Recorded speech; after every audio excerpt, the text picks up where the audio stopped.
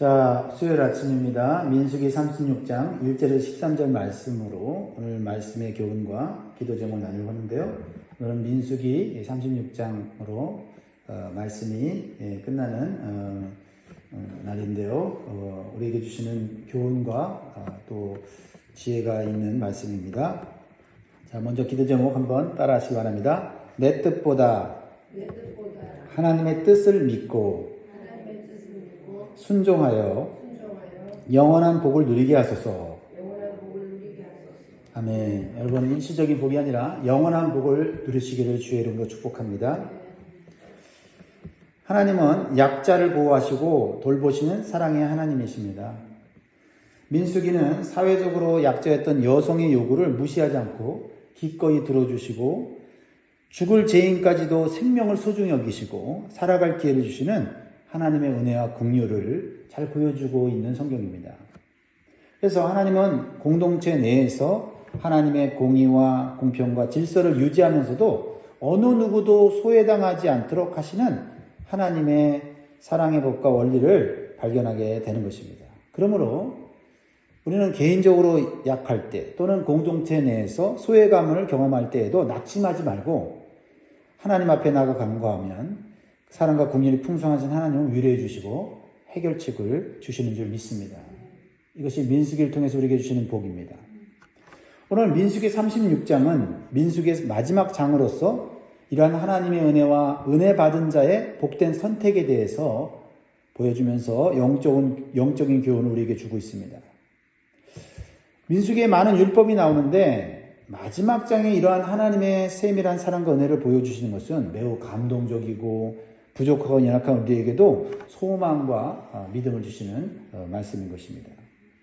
자, 오늘 본문에 보면 므낫세 지파의 슬로브앗의 딸들에 대한 이야기가 나와요. 마지막 장에 위대한 지도자의 이야기 또는 하나님의 위대한 말씀의 교훈들이 나오지 않고 여성들, 슬로브앗의 딸들에 대해서 이렇게 나오면서 결론을 맺고 있을까요? 이 슬로브앗의 딸들로 인해서 생긴 문제를 지혜롭고 공의롭게 해결해 주시는 하나님의 어떤 분인지를 보여주려는 것입니다. 먼저 슬로브앗의 딸들은 하나님의 특별한 은혜를 받은 사람들이에요. 이 슬로브앗의 딸들은 소외되고 연약한 약자의 상징이자 대표입니다. 당시 남성 위주의 사회에서 여성들은 아버지의 땅을 기업으로 상속받지 못했습니다. 상속권이 없었어요. 당연하게 여겨졌습니다. 그런데 슬로브앗의 딸들은 아들이 없는 아버지가 돌아가시자 모세에게 가서 아버지의 기업을 상속받게 해달라고 요청합니다. 하나님이 주신 기업인데 우리에게도 달라고 요청을 하죠. 그래서 하나님은 그 여성들의 요구가 옳다라고 말씀하시면서 차별이 없이 그들에게도 아버지의 땅을 기업을 받아서 누리도록 하는 법을 제정해 주셨어요. 이것은 3500년 전 고대 근동사회에서는 볼 수 없는 아주 특별한 법이었습니다. 여성은 사람의 숫자에 들어가지 않았고 법적인 권리가 없는 존재였어요. 그런데 아들이 없이 죽은 사람의 유산은 딸에게 돌아가야 하는 법을 만드심으로 경제적으로 힘이 없고 남편이 없으면, 남자가 없으면 살아갈 수 없는 여인들에게 먹고 살아갈 수 있는 기업을 허락해 주셨다는 거죠. 이것은 한마디로 은혜의 복입니다. 전혀 자격이 없는 자가 전적인 하나님의 은혜를 받아 구원을 받고 천국의 기업을 받은 것과 같은 복음인 거예요. 우리가 받은 복음은 어떤 상황에 있는 자라도 차별이 없이 주어지는 구원의 은총인 것입니다. 우리가 그것을 받아 누렸다는 것은 우리가 이 세상에서 별 볼 일 없고 또 인정받지 못하고 때로는 소외되는 그러한 삶을 살았을지라도 하나님은 결코 어느 누구도 무시하지 않고 가볍게 여기지 않고 다가오셔서 우리에게 복음의 은혜를 주신다라는 것입니다. 그래서 갈라디아서 3장 28절 29절에 보면 복음에 대해서 이렇게 말하고 있는데 너희는 유대인이나 헬라인이나 종이나 자유인이나 남자나 여자나 다 그리스도 예수 안에서 하나님이라. 너희가 그리스도의 것이면 곧 아브라함의 자손이요 약속대로 유업을 이을 자니라. 말씀해 주셨습니다. 그런데요, 이 슬로보아스의 딸들에게 주어진 특별한 은혜가 공동체 내에 다른 문제를 또 발생시켜요. 하나님께서 각 지파에게 분배하여 주신 땅은 각 지파가 영원히 소유해야 할 중요한 기업이에요. 그리고 자손들에게도 계속 물려주어야 되는 하나님의 기업입니다. 그런데 어떤 문제가 생기냐면 여성들이 다른 지파의 남자와 결혼을 하게 되면 그 남편에게 땅의 상속권이 넘어가게 돼요. 그러면 여성들이 원래 소속되어 있었던 지파의 땅은 줄어들게 되는 불이익을 당하게 됩니다. 이것은 그 지파 공동체를 유지하는 데 문제가 생기고 자손들에게 물려줄 땅이 사라지게 되는 거예요. 이거는 한 지파의 문제가 아니라 전체 지파의 문제가 발생할 수 있는 것이죠. 땅이 이리저리, 경계표가 이리저리 움직여짐으로 하면 하나님이 주신 이 영원한 기업이 흔들릴 수 있고 공동체의 질서가 무너질 수 있게 된다라는 겁니다. 그래서 공동체의 불균형과 또한 공동체의 위기가 발생할 것을 이 요셉의 자손 종족 중에 므낫세 지도자들이 모세에게 나와서 염려하면서 이 문제를 해결해달라고 요청하고 있는 거죠. 이건 단순히 한 지파의 기업을 유지하려고 하는 이기심에서 나온 것이 아니라 하나님의 공동체 전체가 질서와 또 정체성을 유지하면서 하나님의 그러한 기업을 유지하려고 하는 그러한 진실된 마음에서 나온 거예요. 그래서 모세는 이 문제를 자기 생각으로 해결하지 않고 하나님께 나아가 묻습니다. 그래서 하나님께서는 그들의 말이 옳다고 말씀하세요. 5절 보겠습니다. 모세가 여호와의 말씀으로 이스라엘 자손에게 명령하여 이르되 요셉 자손 지파의 말이 옳도다. 이렇게 우리가 모세처럼 우리의 삶에 문제가 발생했을 때 우리의 지혜는 한계가 있고 우리의 능력에는 한계가 있기 때문에 우리의 생각과 경험으로 해결하게 되면 일정 부분 해결될지 모르지만 또 다른 문제가 발생할 수 있다라는 것입니다. 그러므로 우리는 모세처럼 하나님 앞에 나아가 하나님께서 주시는 지혜의 말씀을 해결책을 받아야 될 줄 믿습니다. 그럴 때 개인의 문제뿐만 아니라 공동체 전체의 질서와 평안을 지킬 수 있는 지혜의 해결책을 우리에게 주시는 줄 믿으시기 바랍니다. 자, 하나님께서는 어떻게 이 문제를 해결하라고 하십니까? 하나님은 개인적인 차원과 공동체의 차원에서 문제를 보시고 해결책을 주세요. 우리는요, 나무를 보면 숲을 보지 못하고 숲을 보면 나무를 보지 못하는 한계가 있어요. 근데 하나님은 나무와 숲을 동시에 볼 수 있는 그런 완벽한 시각이 있고 해결책이 있어요. 자, 6절, 7절 보면 슬로보아스의 딸들에게 하나님께서 주시는 해결책입니다. 6절, 7절 같이 읽습니다. 시작. 슬로보아스의 딸들에게 대한 여호와의 명령이 이러하니라. 이르시되 슬로보아스의 딸들은 마음대로 시집가려니와 오직 그 조상 지파의 종족에게로만 시집갈지니 그리하면 이스라엘 자손의 기업이 이 지파에서 저 지파로 옮기지 않고 이스라엘 자손이 다 각기 조상 지파의 기업을 지킬 것이니라 하셨나니. 자, 하나님은 개인적인 문제를 해결해 주시고 또한 공동체 문제를 동시에 해결해 주시는 지혜로운 하나님이세요. 자, 보세요. 먼저 하나님께서는 상속권을 가진 슬로보아스의 딸들에게 자신이 좋아하는 사람을 선택하여 결혼할 개인적인 자유를 주셨어요. 하지만 공동체의 정체성과 질서 유지를 위해서 한 가지 조건을 주셨습니다. 그것은 다른 지파의 사람들 중에서 같은 지파의 사람들 중에서 결혼을 하라는 거죠. 그러면 어떻게 해요? 상속권이 남편에게 넘어간다 할지라도 그 지파 안에 하나님의 기업이 유지가 된다라는 것입니다. 이것은 슬로보아스의 딸들의 개인적인 행복과 공동체 행복을 함께 지키도록 하는 하나님의 뜻이었어요.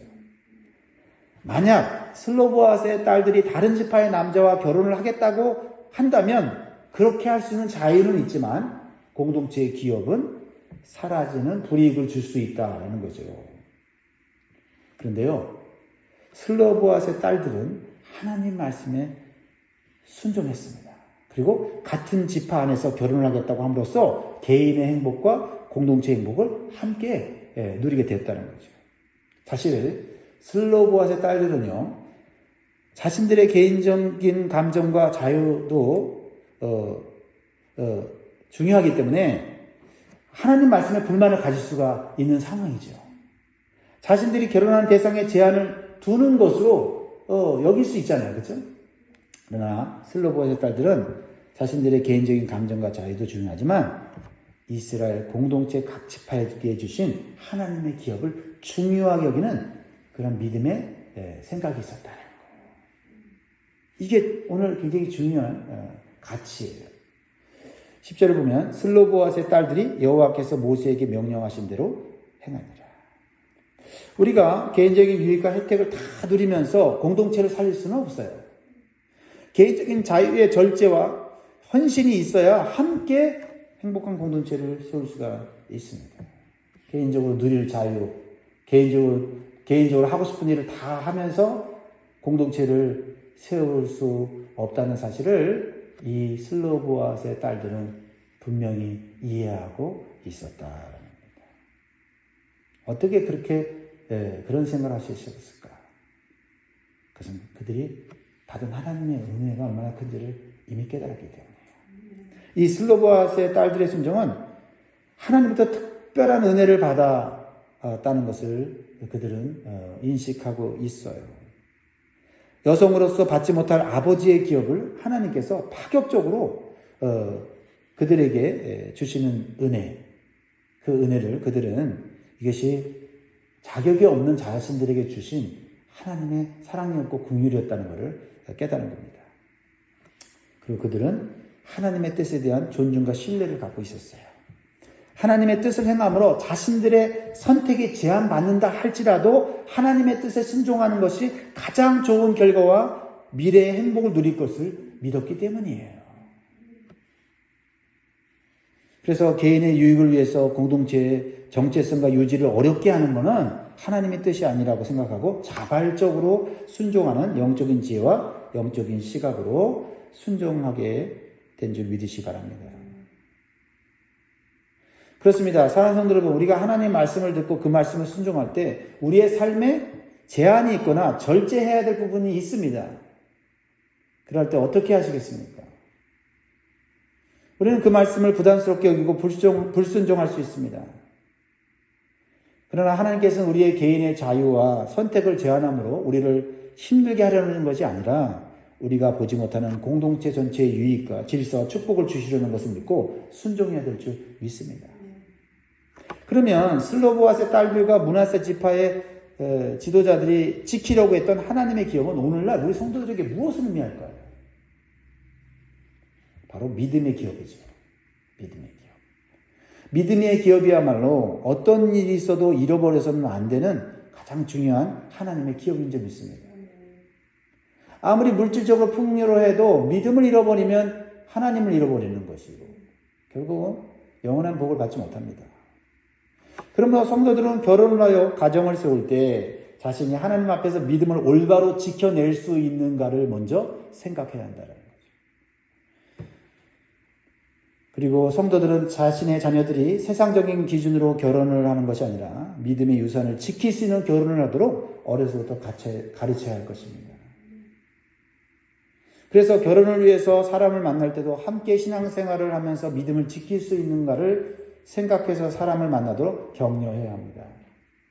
그리고 결혼을 해서도 함께 신앙적인 문제에 대해서 대화를 나누고 서로 말씀으로 권면하고 기도로 도와주는 영적이고 복된 관계가 되는 것이 참된 행복인 것을 우리의 결혼 생활을 통해서 보여주고 가르쳐야 할 것입니다.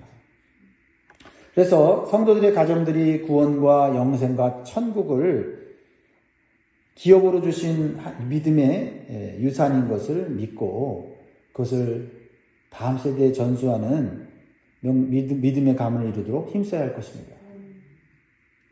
그래야 하나님께서 자손 대대로 복을 주시는 형통한 삶을 살 수 있게 되는 줄 믿습니다. 신명기 5장 10절에 나를 사랑하고 내 계명을 지키는 자에게는 천대까지 은혜를 베푸느니라. 그래서 개인적인 감정이나 외적인 유익을 따라서 결혼할 때 잠시 좋을 수 있고, 뭐 사람들한테 뭐 좀 어깨를 펴고 자랑할 수 있을지는 모르지만, 하나님께서 계획하신 영원한 축복을 누리기 위해서는 우리를 사랑하시는 하나님의 뜻을 존중하고 하나님 말씀에 순종하는 것이 가장 복되고 지혜로운 선택이 될 것을 믿으시기 바랍니다. 사랑하는 성도 여러분, 말씀을 맺겠습니다.